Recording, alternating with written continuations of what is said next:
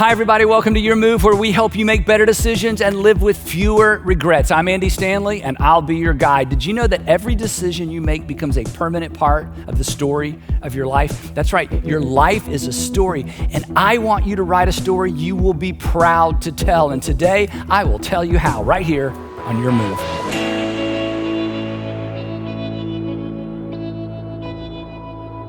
So one thing I think we all have in common is our love of story, right? Our love of story. We all love a good story, whether it's a book or a movie, maybe part of a comedy series, fiction, nonfiction. I love historical fiction. Maybe it's something that happened to a friend. Maybe it's your most embarrassing moment. But here's the thing. While those events are happening in the past, nobody is thinking in terms of story, right? What are they thinking? They're thinking in terms of current events. I mean, it wasn't a story, it was something that was happening in the moment. And this sets us up for where we're headed today. Every significant or unusual current event in your life, even a season of life, once it's behind you, once it's behind us, what do we do with it? We reclassify it as a story we tell, or a story we hope we never have to tell, a story too embarrassing or painful to tell. And often the determining factor as to whether or not we want that story to be told is the decisions we made while the story was unfolding, right? The truth is, we write the story of our lives one decision at a time. Whether it's a thoughtful response or an emotionally fueled reaction, we write the story of our lives one decision at a time. That's why when you're making a decision of any magnitude, you've got to pause, look ahead, and think, when this is nothing more than a story I tell, what story do I want to tell? The decision you are wrestling with right now is going to be nothing more than a story you tell someday. What story do you want to tell? Now, the challenge with all of this is this.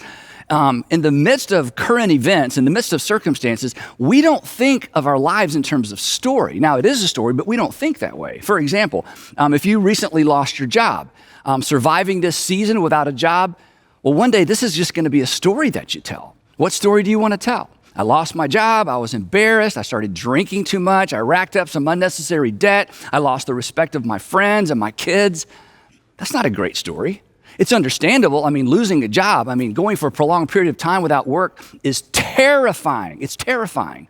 But the decisions we make in the valleys eventually are just stories we tell on the other side.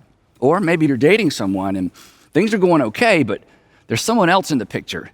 And yeah, she's married or he's married, but you find yourself gravitating in their direction, and they seem to be gravitating in your direction as well. And you get the sense that if you're willing, they're willing.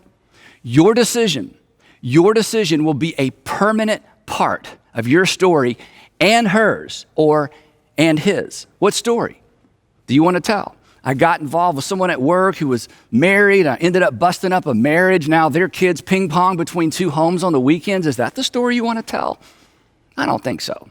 Now, here's something that I think is true of all of us. You'd like to be able to tell your entire story without skipping any parts, without skipping any chapters, or having to lie about the details, right?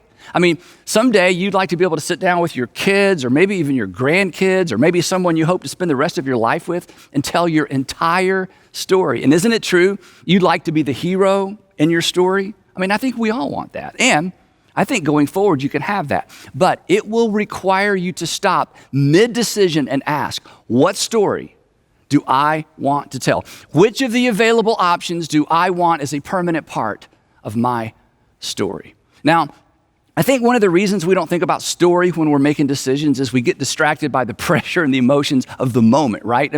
Emotion, when it comes to decision making, emotion is like a fog. It causes us to lose sight of the broader context, which is our story. And you know how this works. You're up against a deadline.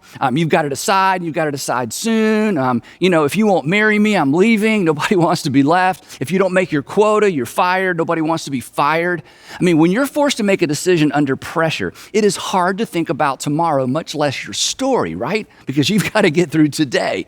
So whether it's love or fear or jealousy, the emotions associated with the decision-making process, they always complicate the process by focusing our attention on the immediate rather than the ultimate. And consequently, we're left thinking in terms of options, not our story.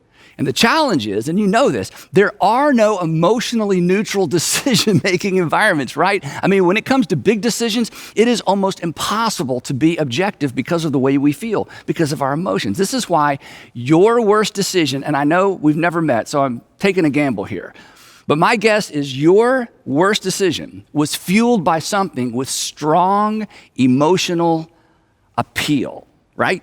Maybe a first marriage that was pretty much doomed from the start. That purchase, that lease, I mean, it was so appealing, you bought it. It was so appealing, you ate it, you smoked it. It was so appealing, you dated it, and you moved in with it, right? And if you're in retail sales, you know exactly how this works. You know about the worst thing that you can let a potential customer do is leave the store or leave the showroom without making the sale. Why? Well, you know why. Because once they walk out, what happens? The emotional appeal of your product begins to subside, and they're far less likely to make the purchase. We've all experienced that. Now, psychologists actually have a name for this dynamic. It explains why once our appetites are engaged in the decision-making process, we to some degree, we kind of lose our minds.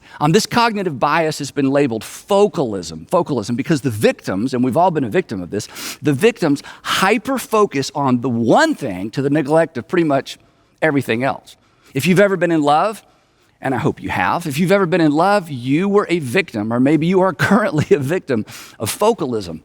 It's wonderful. All you can see is him. All you can see is her. The point being this: in emotionally charged decision-making environments, whenever there is an emotionally charged decision-making environment, we think in terms of our options, not our stories. So here's a tip. When confronted with anything or anybody with strong emotional appeal, press pause, not play, because strong emotional appeal should trigger a red flag, not necessarily a green light. Instead of leaning in, we should step back. Not because, and this is important, not because he's not the one, he may be the one. Not because it's not a great investment opportunity, it may be a great investment opportunity. Not because it's not the perfect job, it may be the perfect job.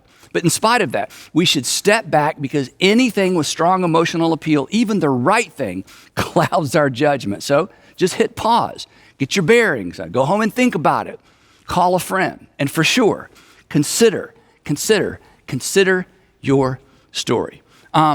Because when you consider your story, it places the decision-making process within the broader context of our entire lives. So, as we wrap up, I want to challenge you to make this decision.